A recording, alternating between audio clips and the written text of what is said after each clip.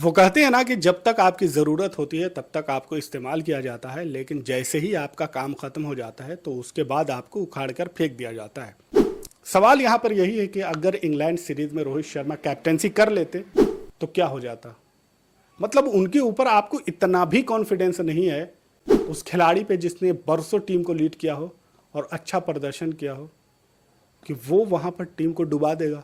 ये अपने आप में बड़ी ही अजीब बात है कि ऐसे खिलाड़ियों को जिन्होंने कंट्री का नाम रोशन किया हो, जिन्होंने अपनी ज़िंदगी में इन तमाम चीज़ों से निपटते हुए मुल्क का नाम रोशन किया हो, तो ऐसे में उसे एक अच्छा रिटायरमेंट क्यों नहीं दिया जाता। आप चाहे गांगुली की बात करें, चाहे धोनी की बात करें, चाहे विराट कोहली की बात करें और अब रोहित शर्मा की बात करें, इन तमाम खिलाड़ियों का जिस तरह से रिटायरमेंट हुआ है तो इसमें काफ़ी अफसोस की बात है कि जब आपका आखिरी दौर होता है और जब आप अपनी कुर्बानी दे चुके होते हैं, अपना जो प्राइम टाइम है उसमें आप कंट्री का नाम रोशन कर चुके होते हैं, लेकिन आपके आखिरी दौर में जब आपको ज़रूरत होती है कंट्री की, जब आपको ज़रूरत होती है सहारे की, जब आपको ज़रूरत होती है मैनेजमेंट की, तो ऐसे में मैनेजमेंट का रवैया बदल जाता है और जब मैनेजमेंट चेंज होती है तो आपकी पिछली सारी कुर्बानी को दरकिनार कर दिया जाता है। आखिर क्या वजह है कि क्रिकेट में अपनी कंट्री को कई जीत दिलाने वाले रोहित शर्मा, अपनी कंट्री को नंबर 1 टीम बनाने वाले रोहित शर्मा, अपनी कंट्री को चैंपियंस ट्रॉफी हो या फिर T20 वर्ल्ड कप हो और इसके अलावा वर्ल्ड कप में भी शानदार प्रदर्शन करने वाले इंडियन टीम जो कि रोहित शर्मा की कप्तानी में करती है, उस ऐसे कप्तान को, ऐसे खिलाड़ी को रिटायरमेंट के लिए इंस्टाग्राम का सहारा लेना पड़ता है। रोहित शर्मा के बारे में ये कहा जा रहा था कि रोहित शर्मा इंग्लैंड में जो दौरा होने वाला है टेस्ट का, उसमें जाने वाले थे और उन्होंने अपनी ख्वाहिश और अपनी पूरी प्लानिंग भी बताई थी कि इस तरह से इस सीरीज़ को हम हैंडल करने वाले हैं। लेकिन अचानक से बात आती है कि रिटायरमेंट का अनाउंसमेंट कर देते हैं। क्या हो जाता अगर रोहित शर्मा एक सीरीज़ और खेल लेते? क्या उन्हें एक मौका और नहीं देना चाहिए था? अगर बात करें उनकी परफॉर्मेंस की कि पिछली 2 सीरीज जो थी, बॉर्डर गवास्कर ट्रॉफी हो या फिर न्यूजीलैंड के खिलाफ होम ग्राउंड पे जो हार मिली थी, तो उसमें रोहित शर्मा की कैप्टनसी की वजह से वहां पर हार मिली थी। इन दोनों सीरीज का आप अगर जायजा लें, इन दोनों सीरीज में अगर आप देखें तो पूरी इंडियन टीम फ्लॉप थी। अब चाहे वहां पर बल्लेबाजी की बात करें, चाहे गेंदबाजी की बात करें, बड़े बड़े बल्लेबाज वहां पर नहीं चल रहे थे। विराट कोहली हो, शुभमन गिल हो, KL राहुल हो, ऋषभ पंत हो, जितने भी बड़े खिलाड़ी थे, जितने भी बड़े बल्लेबाज थे, वो नहीं चले। दोनों सीरीज में फ्लॉप रहे। तो ऐसे में कप्तान क्या करेगा? कप्तान की कप्तानी भी उसी वक्त होती है जब उसकी टीम मजबूत हो, और जब टीम मजबूत होती है तो उसके बाद वो कप्तान भी मजबूत होता है। लेकिन टीम मजबूत होने के बावजूद भी टीमें हारती हैं, और वो इस वजह से हारती हैं कि वहां पर एक आपको जबरदस्त लीडर चाहिए होता है। ऐन मोमेंट पे क्या डिसीजन लेना है वो एक शानदार और एक चालाक कप्तान ही जानता है। वरना आपके पास टीम मजबूत भी होगी लेकिन आप ट्रॉफी नहीं जीत सकते। टीम मजबूत होने के बावजूद भी आपको हार मिलती है। ऐसा आपने देखा होगा कि बहुत सारे मैचेस ऐसे हैं जहां पर सिर्फ एक गलत डिसीजन की वजह से मजबूत टीम हार गई और जो कमजोर टीम वो जीत जाती है। तो ये जरूरी नहीं कि आपके पास मजबूत टीम हो तब भी आप मैच जीतेंगे।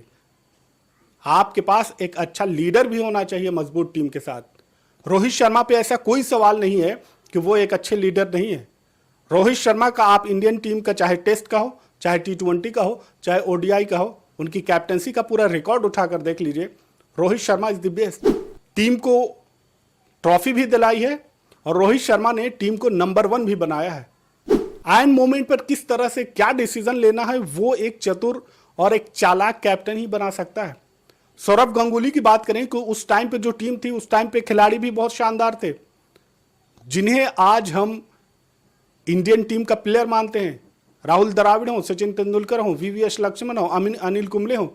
लेकिन उस वक्त में भी आपने देखा होगा कि कई मैचेस थे और कई सीरीज थी जो टीम इंडिया हार रही थी।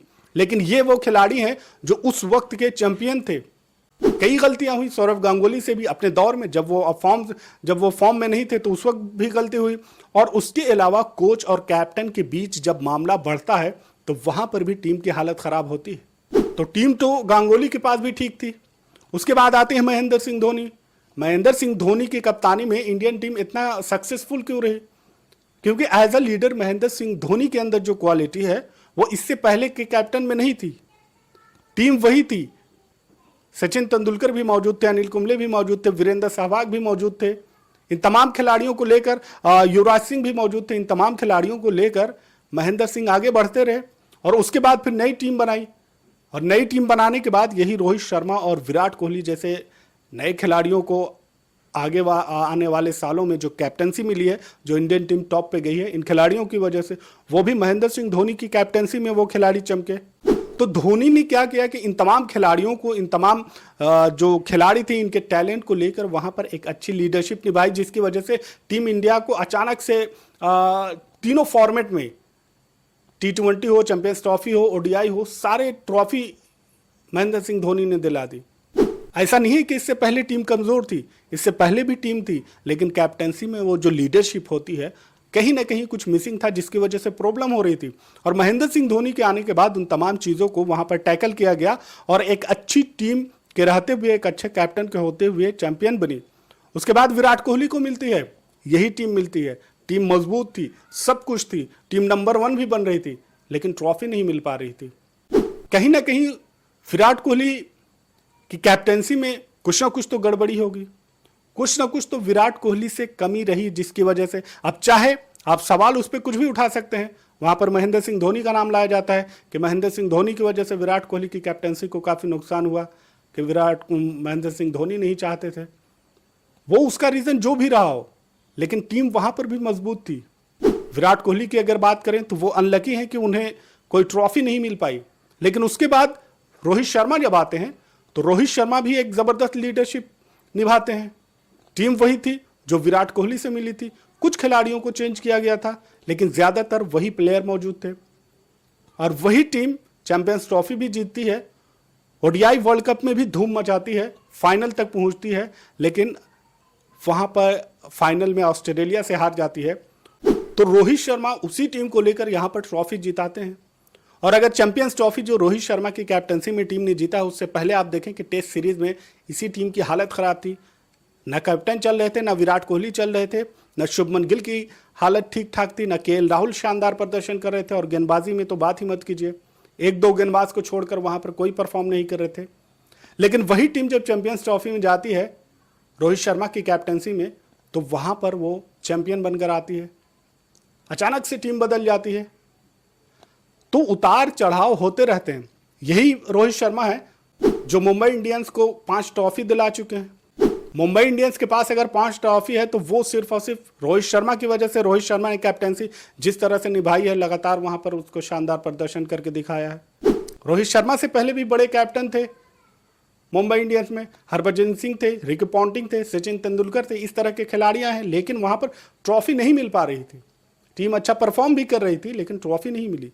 रोहित शर्मा आते हैं और उसके बाद टीम में अलग सी जान आती है। और रोहित शर्मा के बाद भी देखें तो पिछला सीजन काफी खराब रहा था, और इस सीजन की अगर बात करें तो यहां पर भी उस वक्त तक टीम अच्छा परफॉर्म नहीं कर पा रही थी जब रोहित शर्मा जब तक एक्टिव नहीं थे। रोहित शर्मा पूरी तरह से जब टीम में पार्टिसिपेट करते हैं तो उसके बाद ही टीम की हालत बदलती है, और लगातार 6 मैचेस जीतती है मुंबई इंडियंस। तो ऐसा नहीं है कि रोहित शर्मा के अंदर वो क्वालिटी नहीं है, रोहित शर्मा को हमें टेस्ट करने या फिर उन पर सवाल उठाने की जरूरत नहीं है। लेकिन अफसोस ये होता है कि इतना बड़ा खिलाड़ी टीम इंडिया के लिए हो या फिर फ्रेंचाइज के लिए सब कुछ किया हो, T20 हो, टेस्ट हो, ODI हो, लेकिन उसके बाद जब उसका रिटायरमेंट का दौर आता है तो इस तरह से रिटायरमेंट लेना, इंस्टाग्राम का सहारा लेना। आखिर जब एक खिलाड़ी टीम जीत कर आती है तो पूरे खिलाड़ी उसके साथ होते हैं, पूरी पब्लिक उसके साथ होती है, बहुत ही ग्रांड वेलकम किया जाता है। लेकिन जब खिलाड़ी का रिटायरमेंट का दौर होता है, जब वो अपने सब कुछ कुर्बानी करने के बाद जाने का दौर होता है, तो इस तरह का रिटायरमेंट क्यों दिया जाता है? क्या उसे वो सम्मान नहीं मिलना चाहिए था? आखिर क्या वजह थी कि इतने बड़े खिलाड़ी को, जो कि अभी प्लानिंग कर रहा था कि इंग्लैंड में वो किस तरह से टीम को लीड करने वाला है, अचानक से इंस्टाग्राम का उसे सहारा लेना पड़ता है? तो क्या कॉन्फ्लिक्ट हो जाती है कोच और कैप्टन के बीच या फिर मैनेजमेंट के बीच? ये काफी अफसोस की बात है, और इस पे सोचना भी चाहिए कि आखिर आप गांगुली को देखें या फिर विराट कोहली को देखें, महेंद्र सिंह धोनी को देखें, इन तमाम का यही हाल रहा है। इसी तरह से इन्होंने रिटायरमेंट लिया है। क्या हो जाता अगर इंग्लैंड सीरीज में रोहित शर्मा कैप्टनसी कर लेते? अगर ये है कि पिछली 2 सीरीज उनकी खराब गई थी जिसकी वजह से रोहित शर्मा को कैप्टनसी से हटाया गया, तो वहां पर तो कोच की भी जिम्मेदारी है कि कोच के आते ही इस तरह की सीरीज हो रही थी, वो टीम इंडिया जो न्यूजीलैंड से अपने ही ग्राउंड में बरसों से नहीं हारी थी, वो नए कोच के आने के बाद हार जाती है। तो कोच की भी जिम्मेदारी बनती है। लेकिन बॉर्डर गावस्कर ट्रॉफी हारने के बाद एक तो असिस्टेंट कोच करुण नायर को हटाया गया, उसके बाद अब रोहित शर्मा पे निशाना साध लिया गया है। रोहित शर्मा को यहाँ पर रिटायरमेंट लेना पड़ा और ट्रॉफी हारने के बाद वहाँ पर सरफराज खान और उसके बाद मोहम्मद सिराज को टीम से निकाला गया। सरफराज खान पर इल्ज़ाम लगाए गए, उन पे कहा गया कि उन्होंने बातें लीक की हैं जिसकी वजह से ये तमाम कंट्रोवर्सी हो रही थी। जब आप एक खिलाड़ी को, एक प्लेयर को पता है कि ये इसका आखिरी दौर चल रहा है, आप उसको बैठ कर टेबल पर अच्छे से बात कर सकते हैं, सारी चीज़ों को सोल्व कर सकते हैं। करोड़ों दिलों में बसने वाले ये इंडियन कैप्टन आखिर एक छोटा सा सोशल मीडिया पर एक लाइन लिखकर रिटायरमेंट कैसे ले लेते हैं? आखिर मैनेजमेंट या फिर जो नए कोचेज आते हैं उनके दरमियान इतनी दूरी कैसे हो जाती है कि ये चीज़ें करनी पड़ती है? काफ़ी अफसोस की बात है। इस पर सोचना चाहिए कि वो खिलाड़ी जो इतनी तमाम चीज़ें कुर्बानियां कर चुका है, इंडिया के लिए इतना कुछ किया है, चैंपियंस ट्रॉफी हो, T20 वर्ल्ड कप हो, ODI वर्ल्ड कप हो, इन तमाम में शानदार प्रदर्शन करता है, टीम को नंबर 1 बनाता है, लेकिन जब उसका आखिरी दौर आता है तो उसे सहारा नहीं मिलता है। अभी रोहित शर्मा है, उनके बाद विराट कोहली का मामला है। आप अगर इससे पहले देखें तो अश्विन ने जिस तरह से रिटायरमेंट की, तो ये बॉर्डर गावस्कर सीरीज में ऐसा क्या होता है कि वहां जाने के बाद कई खिलाड़ियों की किस्मत बदल जाती है, तकदीर बदल जाती है, कई झगड़े होने लगते हैं। ऐसा क्या है कि वहां पर जाने के बाद वहां की हार को इतना ज़्यादा इंपॉर्टेंस दिया जाता है? तो ये तमाम चीज़ें हैं, इन तमाम चीज़ों पर सोचने की ज़रूरत है। पूरी तरह से रोशन होता है जब आप चमकते हैं, जब आप यंग होते हैं तो आपको हाथों हाथ लिया जाता है, आपको ODI की कैप्टनसी दी जाती है, आपको T20 की कैप्टनसी दी जाती है, आपको टेस्ट मैचेस की कैप्टनसी दी जाती है, आपको फ्रेंचाइज की कैप्टनसी दी जाती है। लेकिन जैसे ही धीरे धीरे आप जब सब कुछ कर चुके होते हैं, आप टीम को नंबर 1 बना चुके होते हैं, आप उन तमाम कुर्बानियां दे चुके होते हैं, कई रिकॉर्ड बना चुके होते हैं, उसके बाद क्या ऐसा लगता है कि अब आपकी ज़रूरत नहीं है तो आपको हटा दिया जाए? इस पूरे मुद्दे पर आपकी क्या राय है, कमेंट में ज़रूर बताएं। चैनल पर नए हैं तो इसे सब्सक्राइब कर लें। मिलते हैं अगले वीडियो में, तब तक के लिए आप अपना ख्याल रखें। Thanks for watching.